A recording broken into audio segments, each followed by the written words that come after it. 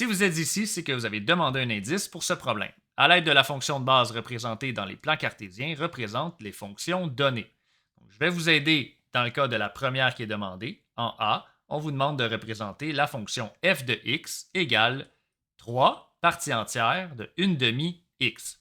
Donc, en analysant la règle qu'on nous donne, on remarque que le paramètre A a une valeur de 3 et que le paramètre B a une valeur de 1 demi.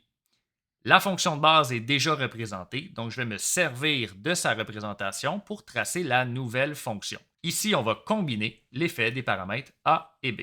Alors, dans un premier temps, je vais m'attarder au premier segment qui est situé sur l'axe des abscisses, qui est ici. Ce segment ne subira pas l'effet du paramètre A, puisqu'il est, comme je viens de le dire, il est situé sur l'axe des abscisses. Ici, le paramètre A vaut 3. On a donc un étirement vertical d'un facteur 3 par rapport à l'axe des abscisses, mais ce segment ne subit pas cet effet. Le paramètre B, lui, vaut 1 demi, ce qui veut dire qu'on va placer les points 2 fois plus loin qu'ils étaient dans la fonction de base par rapport à l'axe des ordonnées.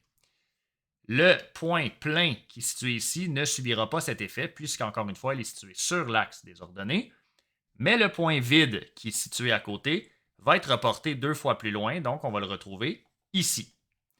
Et entre les deux, on peut tracer un segment horizontal.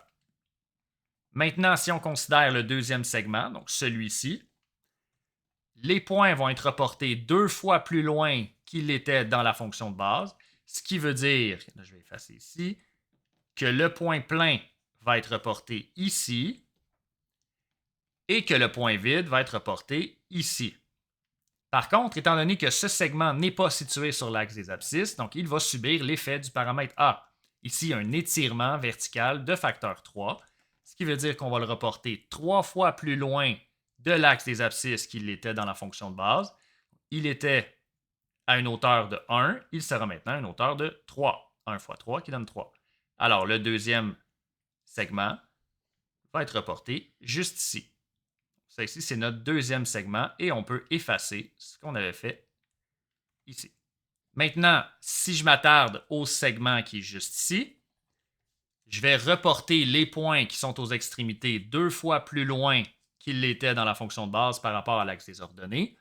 Étant donné que le point vide est situé sur l'axe, ce point ne subira pas l'effet, mais le point plein, lui, va subir l'effet, il va être reporté 2 fois plus loin. Toutefois, comme ce segment n'est pas situé sur l'axe des abscisses, il va subir l'effet du paramètre A, qui était de 3. Donc, on va reporter 3 fois plus loin de l'axe des abscisses le point et on va le retrouver à la valeur moins 3 puisqu'il était à la valeur moins 1. Et voici ce que vous allez obtenir pour ce segment. Donc, on va effacer le travail qu'on avait fait juste avant. On remarque ici, comme on a une régularité, qu'on peut déduire le restant des points et des segments juste en observant ce qu'on a fait ici. La valeur du paramètre A vaut 3, ce qui veut dire que la distance verticale entre deux segments consécutifs est de 3. Et comme la valeur du paramètre B vaut 1 demi, on remarque que les segments horizontaux ont une longueur de 2. Voilà, c'est ce qui met fin à cette capsule.